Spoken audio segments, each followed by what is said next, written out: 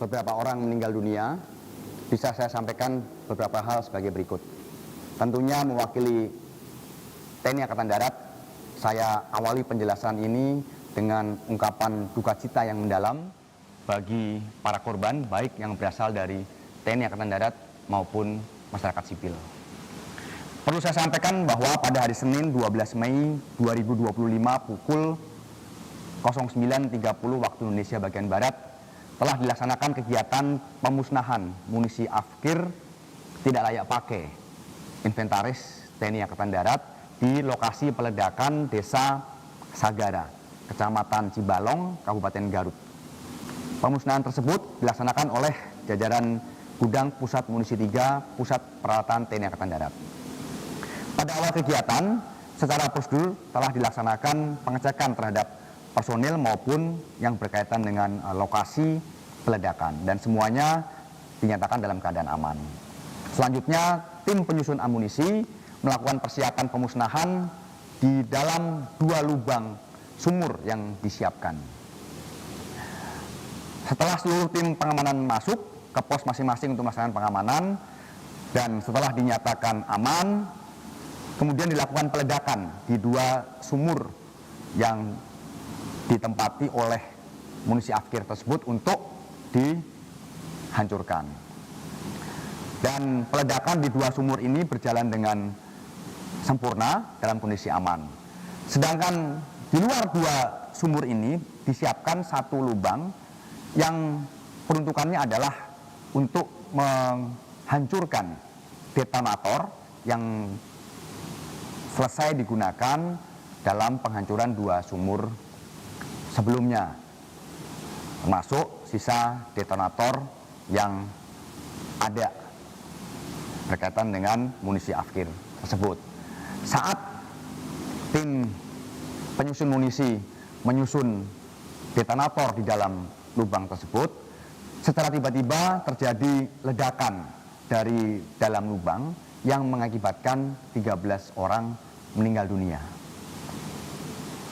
Adapun data yang meninggal dunia adalah 4 orang dari anggota TNI Angkatan Darat, yaitu Kepala Gudang Pusat Munisi 3 Pusat Peralatan TNI Angkatan Darat, Kolonel Korps Peralatan Antonius Hermawan, Kepala Seksi Administrasi Pergudangan Gudang Pusat Munisi 3 Pusat Peralatan Angkatan Darat, Mayor Korps Peralatan Anda Rohanda, dan 2 orang anggota Gudang Pusat Munisi 3 Pusat Peralatan TNI Angkatan Darat, yaitu Kopda Eri Priambodo dan Pratu Aprio Seriawan.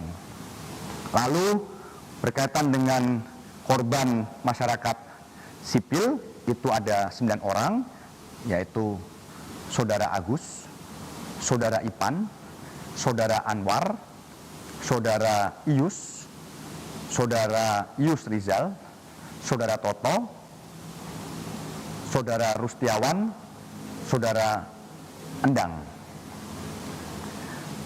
Saat ini semua korban yang meninggal dunia sudah dievakuasi ke RSUD Pamengpeuk untuk dilakukan tindakan selanjutnya. Selain melaksanakan penanganan terhadap para korban, upaya yang dilakukan saat ini adalah berkoordinasi dengan aparat terkait untuk mengamankan lokasi peledakan sampai benar-benar aman untuk warga masyarakat sekitar. Saat ini lokasi masih disterilkan oleh petugas karena dikhawatirkan masih ada beberapa bahan yang berbahaya atau perlu diamankan. Penyebab dari kejadian tersebut masih dalam tahap penyelidikan oleh tim TNI Angkatan Darat, termasuk terkait dengan korban sipil. Karena perlu kami sampaikan juga pada kesempatan ini bahwa lahan yang digunakan untuk penghancuran munisi afkir tersebut adalah lahan milik BKSDA Kabupaten Garut yang sudah rutin digunakan untuk memusnahkan munisi afkir dan lokasinya jauh dari pemukiman warga. Sekali lagi kami segenap jajaran TNI Angkatan Darat mengucapkan rasa bela sungkawa yang sedalam-dalamnya terhadap semua korban, dan para prajurit TNI Angkatan Darat yang menjadi korban dalam musibah ini adalah prajurit-prajurit yang memiliki dedikasi yang tinggi, dan kami juga berduka cita, berbela sungkawa atas meninggalnya korban masyarakat sipil. Kami mengajak seluruh masyarakat Indonesia untuk turut mendoakan para korban dan semua keluarga yang ditinggalkan diberikan ketabahan. Kami akan melaksanakan investigasi secara menyeluruh terkait dengan kejadian ini dan akan kami sampaikan informasi selanjutnya berkaitan dengan perkembangan dari penyelidikan atau investigasi yang dilaksanakan. Demikian informasi yang dapat kami sampaikan. Terima kasih, selamat siang.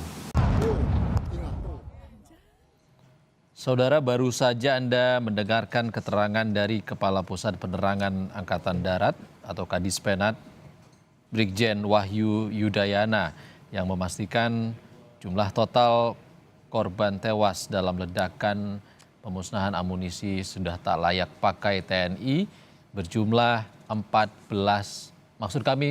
13 orang tewas, 9 diantaranya warga sipil dan 4 prajurit TNI. Dan tadi Brigjen Wahyu Yudayana, Kadispenat, menyampaikan TNI saat ini sedang dalam proses mensterilkan lokasi kejadian dari warga sipil dan berjanji akan melakukan investigasi mendalam. Saudara, breaking news.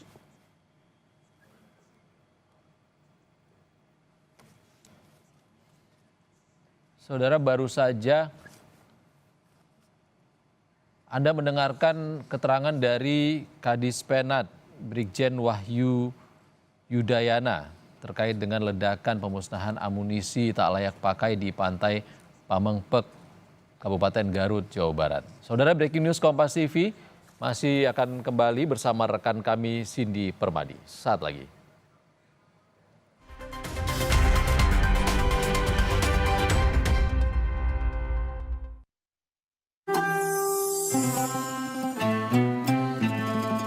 Ketahui, hasil musyawarah penentuan 10 Zulhijjah tahun ini sebagai penanda datangnya Hari Raya Idul Adha. Ikuti Breaking News. Sidang isbat penentuan Idul Adha 2025. Selasa 27 Mei pukul 5:30 sore. Live di Kompas TV. Ada apa ya di luar angkasa sana? Makasih ya. Bintang jatuh. Wah. Lebih enak dicelup di susu. Sensasi luar angkasa sekarang di Oreo. Aku Viva, hadiah miliaran. Cek tutup botolnya. Ada uang tunai, handphone, emas, sampai mobil. Cek tutup botol Aku Viva sekarang. Dari Wingsuit. Sakit kepala, sakit punggung, minum Panadol Extra. Satset dan efektif redakan berbagai nyeri mengganggu. Panadol Extra, redakan 7 gejala dengan 1 kaplet. Dek, bisa lanjut kan? Aman.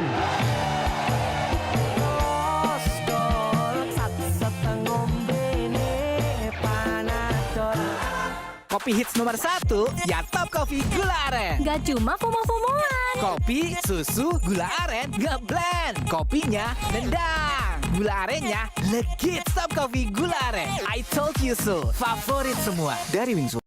Tidak semua air itu aqua. Yang dipilih dari sumber air di gunung terlindungi, disaring bertahun-tahun oleh lapisan bebatuan, dan kaya akan mineral alami yang seimbang. Sehingga aqua terasa dingin tanpa didinginkan.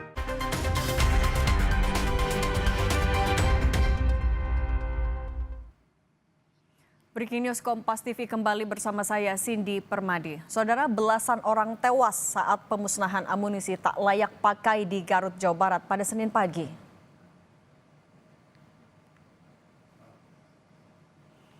Pemusnahan amunisi tak layak pakai terjadi di Desa Sagara, Cibalong, Garut, Jawa Barat. Dari rekaman video amatir terlihat ledakan terjadi sebanyak 2 kali. Ledakan terjadi pada Senin sekitar pukul 9 pagi.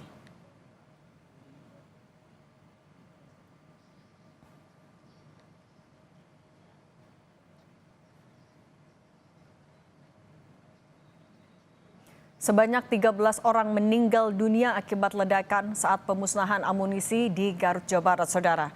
Pemusnahan amunisi kadaluarsa tersebut terjadi Senin pagi di Desa Sagara, Garut, Jawa Barat. 11 korban tewas, diantaranya Kolonel CPL Antonius Hermawan, Mayor CPL Anda Rohanda, sementara 9 orang lainnya diduga berasal dari warga sipil. Seluruh korban langsung dievakuasi ke RSUD Pamengpeuk, Garut.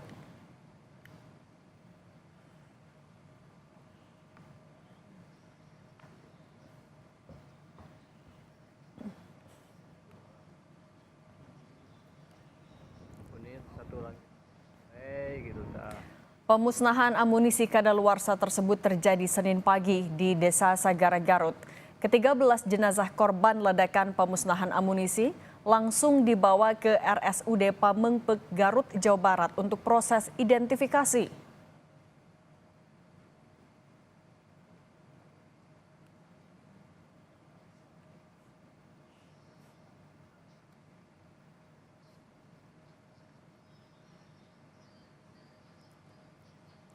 Sejumlah kantong jenazah yang berisi korban ledakan bom di Desa Sagara, Garut, Jawa Barat dibawa ke RSUD Pamengpeuk.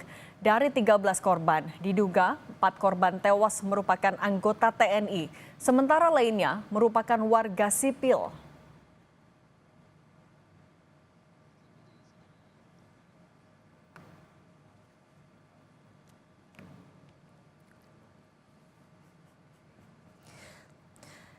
Dari pernyataan Kadis Penat Brigjen Wahyu Yudayana, kejadian ini terjadi pada pukul 9.30 pada Senin 13 Mei ketika dilakukan pemusnahan amunisi akhir tidak layak pakai inventaris TNI AD di Desa Sagara, Kecamatan Cibalong, Kabupaten Garut, Jawa Barat.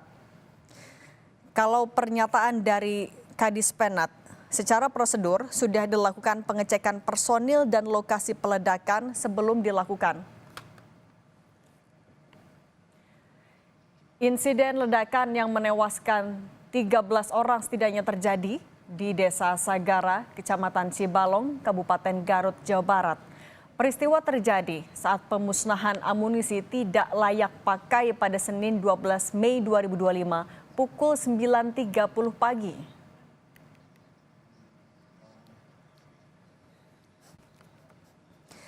Sebanyak 13 orang tewas, 4 diantaranya merupakan prajurit TNI, dan 9 lainnya merupakan warga sipil. Kembali ke pernyataan dari Kadis Penat dalam press conference-nya tadi, tim penyusun amunisi pemusnahan menyiapkan 2 lubang sumur untuk pemusnahan amunisi yang sudah kadaluarsa atau tidak layak pakai. Kemudian ketika sudah dilakukan, dipastikan aman, dilakukan peledakan di 2 sumur yang sudah diisi dengan amunisi akhir untuk dihancurkan.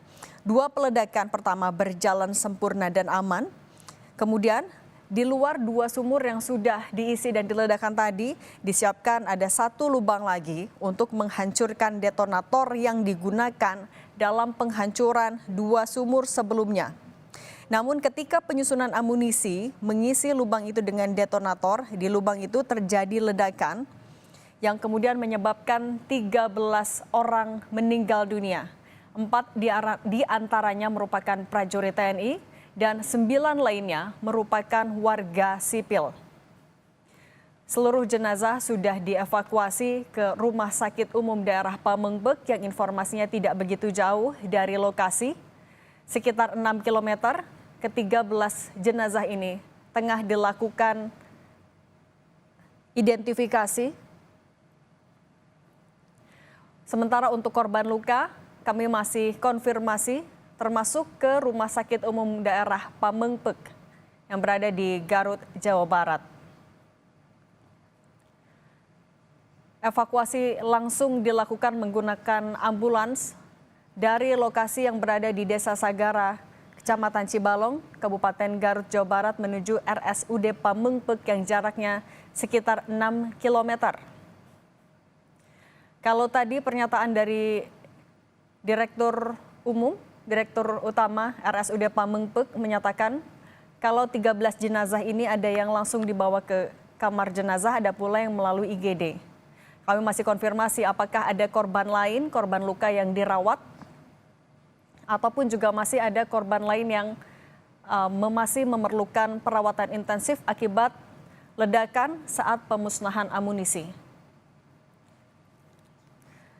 TNI tengah melakukan sterilisasi di lokasi yang merupakan lahan milik BKSDA. Lahan ini menurut TNI memang kerap menjadi lokasi pemusnahan amunisi tidak layak pakai atau yang sudah kadaluarsa. Investigasi menyeluruh dilakukan untuk mengecek, menelisik apakah SOP sudah dilakukan secara sempurna atau belum karena 9 orang dari 13 orang yang tewas merupakan warga sipil.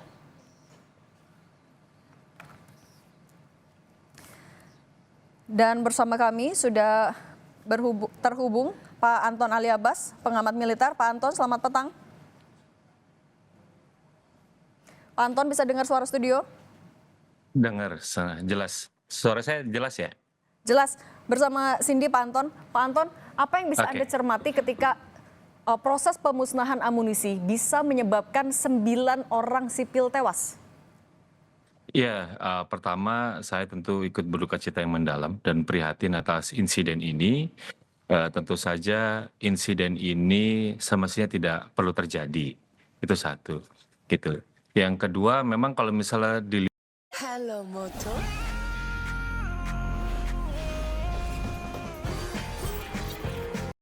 umum bahwa TNI dan Kementerian Pertahanan dalam hal ini itu sudah mempunyai panduan yang cukup rigid terkait bagaimana pengelolaan amunisi. Dan itu sampai ke level tingkatan tiap matra, baik dari Angkatan Darat, Laut, Udara. Mereka sudah punya aturan main. Misalnya jenisnya bahan apa, lalu berapa jumlahnya, maka berapa radius yang harus diamankan. Lalu sebenarnya sudah ada. Tentu saja ketika ada insiden ini yang kemudian menjadi tanda tanya saya. Gitu. Kenapa kok bisa ada jatuhnya korban jiwa? Gitu. Jadi itu yang kemudian kalau tadi saya mencoba mencermati bagaimana pandangan dari TNI dalam hal ini Kapuspen TNI sudah mencoba menjelaskan mereka akan melakukan tim investigasi dan lain-lain. Saya pikir itu memang perlu untuk dilakukan, itu satu. Yang kedua memang ada baiknya kemudian SOP-nya itu harus ditinjau ulang karena bagaimanapun juga ketika ada perwira aktif juga ikut jatuh jadi korban gitu misalnya, artinya tentu saja ini mensiratkan ada problem yang memang harus diantisipasi ke depan sehingga kemudian kejadian ini tidak berulang lagi gitu. Jadi karena SOP-nya sudah rigid, tapi ketika kita bicara tentang implementasi misalnya itu tentu saja jangan-jangan ada dinamika di lapangan. Ya tadi ada warga kayak saya ada korban misalnya itu saya pikir korbannya sudah paham sekali bagaimana pengelolaan disposal sebuah amunisi gitu. Tapi jadi ada kejadian ini itu yang membuat saya prihatin kemudian ada apa gitu ya. Jadi memang tim investigasi yang dilakukan oleh TNI itu menjadi penting. Jadi tidak hanya sekedar kejadian tapi juga ikut melakukan evaluasi terkait SOP. Gitu ya, SOP-nya seperti apa. Karena bagi saya semestinya jatuhnya korban jiwa ini semestinya bisa dihindari gitu. Jadi terkait ya namanya warga sipil terkadang memang merasa ingin buru-buru ya. Tadi ini ada nilai ekonomis dan lain-lain. Tapi kan ada sensitivitas ya. Sensitivitas ketika kita bicara bahan peledak yang ini amunisi ada kaliber besar dan kaliber kecil. Misalnya ini campuran. Ketika itu diledakkan itu kan biasanya itu ditanam lalu diledakkan gitu. Jadi kan itu sebenarnya ada sensitivitas apakah semuanya sudah meledak atau belum gitu dan lain-lain. Ada butuh berapa waktu lama dan siapa yang melakukan clearance dan lain-lain. Nah ini kan memang semestinya harus dicermati. Jadi itu yang saya pikir penting nanti kedepannya tim investigasi tidak hanya sekedar mencari tahu bagaimana terjadi di lapangan, tapi juga SOP, Juklak, Juknis terkait pemusnahan amunisi dan juga bahan peledak yang sudah kadaluarsa maupun rusak. Ini penting untuk kemudian ditinjau ulang. Itu, Mbak. Nah, Pak Anton, tapi kalau panduannya, ini kan artinya ketika proses pemusnahan itu masih berlangsung, ada warga sipil yang sudah ada di dalam. Seharusnya seperti apa? Sesteril apa seharusnya pemusnahan amunisi itu berlangsung? Nah, itu yang kemudian saya juga menjadi tanya-tanya, kok bisa warga sipil ini bisa masuk ke dalam gitu ya. Jadi artinya apa? Artinya kondisinya nggak terlalu steril amat atau kayak apa? Atau memang ada warga yang mencoba misalnya masuk jalan tikus karena karena mereka berebut untuk mengambil puing-puing itu. Ini yang memang bagi saya menjadi concern ketika kita melakukan pemusnahan amunisi gitu. Jadi kalau misalnya dilihat dari gambar ya, lihat itu sebenarnya ada jarak gitu. Jadi TNI itu sebenarnya sudah ada panduan, ada jarak aman. Berapa kilogram, jenisnya kayak apa, itu jarak amannya bagaimana dan lain-lain, itu TNI sudah punya panduan yang cukup rigid gitu ya. Tapi tadi ada sensitivitas. Ketika sudah meledak kemudian ada yang masuk, sebenarnya siapa melakukan clearance dan lain-lain gitu ya. Ini yang apakah misalnya korban TNI itu karena mengejar warga yang ingin masuk ke dalam gitu dan lain-lain. Nah, ini kan kita juga masih belum tahu karena informasinya sejauh ini masih simpang siur. Tapi bagi saya concern saya adalah ya tadi pengamanan perimeter, kemudian mau nggak mau ke depan akan harus dievaluasi bagaimana gitu ya, bagaimana pengamanan perimeter itu dilakukan dan termasuk juga kemudian penentuan lokasinya. Artinya bahwa memang lokasinya ini memang harus steril. Tidak hanya sekedar kita pertimbangan adalah jarak aman, jauh dan lain-lain gitu ya. Jadi bagaimana kemudian lokasi ini memang steril dari masyarakat gitu sehingga mereka memang tidak mudah untuk masuk dan lain-lain. Pak Gitu. Anton, tapi kalau untuk di Juknisa sendiri, untuk menjaga steril lokasi pemusnahan, apakah harus sampai dijaga ketat oleh anggota atau bahkan harus sampai dipagari areanya? Di Juknis itu seperti apa, Pak? Enggak, kalau ini kayaknya sudah masuk di level lapangan ya. Level lapangan tentu saja itu nanti beda-beda setiap ininya ya dalam praktiknya. Tapi memang semestinya memang ini kalau dari beberapa informasi yang saya dapatkan memang ini harus ada jarak aman dan lain-lain. Dan lokasinya semestinya kan ini memang sudah dilakukan di lokasi yang tempat aman. Cuma memang kok bisa ada masyarakat yang masuk. Nah, itu yang menjadi memang tanda tanya. Bagaimana masyarakat bisa mengakses ke arah sana gitu. Apakah mereka lewat jalur tikus atau memang karena mereka sudah memang menonton dan lain-lain. Nah, ini yang bagi saya ini urusannya tim investigasi nanti yang akan melakukan penyelidikan lebih lanjut, Mbak. Gitu. Jadi memang kalau dari sisi panduan segala rupa di atas kertas itu sudah aman dan kalau misalnya memang itu dilakukan, bagi saya sih itu sudah cukup mitigasi. Tapi lagi-lagi ketika kita bicara tentang praktik di lapangan kan tentu dinamikanya berbeda-beda, gitu. Walaupun misalnya dari sisi TNI mereka sangat berpengalaman dalam melakukan disposal ini. Tapi lagi-lagi ketika kita menghadapi masyarakat yang memang punya concern terhadap ada nilai ekonomis dan lain-lain, ini kan juga makanya tadi saya bilang ada dinamika di lapangan yang memang ternyata butuh juga mendapatkan perhatian lebih gitu. Jadi bagaimana kemudian baik itu melakukan sosialisasi, lalu juga meminta pengertian dari masyarakat untuk tidak buru-buru masuk dan lain-lain. Nah, ini yang bagi saya ke depan itu juga untuk penting aspek ini untuk juga dikembangkan dan diperkuat. Ini dugaan awal saya seperti itu, Mbak. Pak Anton, tapi mungkin bisa dibantu jelaskan juga kepada publik sebenarnya serawan apa amunisi yang sudah kadaluarsa ini? Ya, kalau ditanya serawan apa, kalau misalnya kita bicara tentang kadaluarsa itu kadang-kadang mereka, jadi di TNI itu kan ada kriterianya mulai dari jenisnya sampai di tingkat rusaknya kayak apa. Jadi kalau udah di kategori itu, lalu nanti beratnya gitu ya, beratnya juga akan menentukan seberapa besar potensi daya rusaknya dan bagaimana kemudian kita menciptakan yang namanya tadi jarak aman gitu. Di TNI itu ada panduannya gitu. Jadi rusak ini apakah dia masih bisa diperbaiki dan lain-lain. Kalau misalnya dia tidak diperbaiki maka seperti apa, penyimpanannya kayak apa gitu dan lain-lain. Itu di TNI sudah ada detailnya gitu ya. Jadi mereka punya hitung-hitungannya, bagaimana misalnya nanti gudang penyimpanannya dan lain-lain.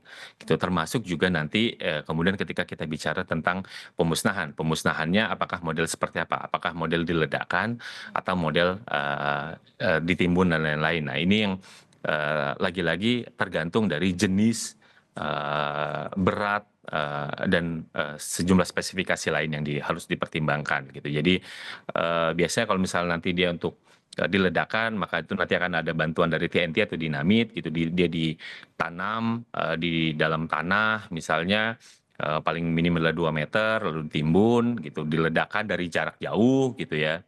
Nah itu makanya ini yang kalau dugaan awal saya ketika lihat ini, oh ini kan sudah diledakkan dari jauh. Jadi kan kita bisa lihat misalnya di gambar prajurit TNI-nya sudah ada dalam jarak aman gitu. Jadi dari lokasi ledakan gitu. Nah, ini kan problemnya adalah ketika ledakan kedua gitu. Jadi ada munisi yang belum meledak gitu, yang belum meledak, dan ketika munisi itu memang sudah rusak, ada kadaluarsa, memang rentan gitu ya. Ada yang rentan dengan sinar matahari dan macam-macam, sinar karena panas dan lain-lain. Jadi kita lihat lokasinya panas misalnya, jadi pemicunya menjadi rentan karena dia tidak stabil sehingga mudah kemudian terjadi ledakan.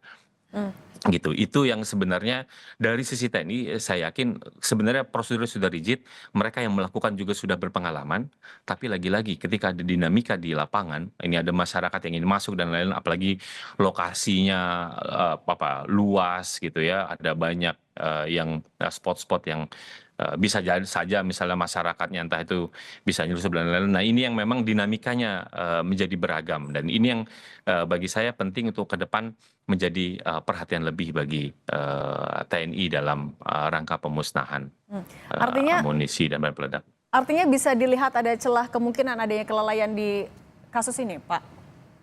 Kalau apakah ini ada kelalaian dari SOP atau misalnya karena tadi saya bilang ini adalah dinamika di lapangan gitu, ini yang nanti akan dilakukan oleh tim investigasi gitu. Saya tentu tidak bisa mendahului, wah ini ada klien satu atau dengan lain gitu ya. Jadi karena saya yakin yang salah satu korban misalnya itu sudah berulang kali melakukan ini. Jadi dia sudah sangat paham sebenarnya dengan prosedur, dengan SOP, dengan apa yang dia lakukan. Jadi dia sangat kompeten gitu ya. Tapi tadi ketika beliau gugur, ini yang kemudian bagi saya adalah salah satu kedukaan bagi TNI ketika kehilangan prajurit yang sangat kompeten. Gitu ya. Karena itulah penting untuk kemudian kita investigasi, bukan sekedar untuk mencari siapa yang salah dan benar, bukan, tapi bagaimana kemudian kita bisa mencegah peristiwa seperti ini tidak terulang kembali. Gitu. Jadi ada yang memang ke depan harus kita perbaiki dan evaluasi. Yes.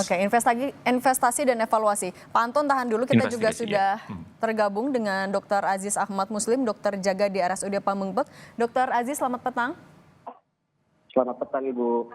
Dr. Aziz, bisa dijelaskan kalau untuk di RSUD Pamengbek selain 13 jenazah, apakah juga ada korban luka di sana?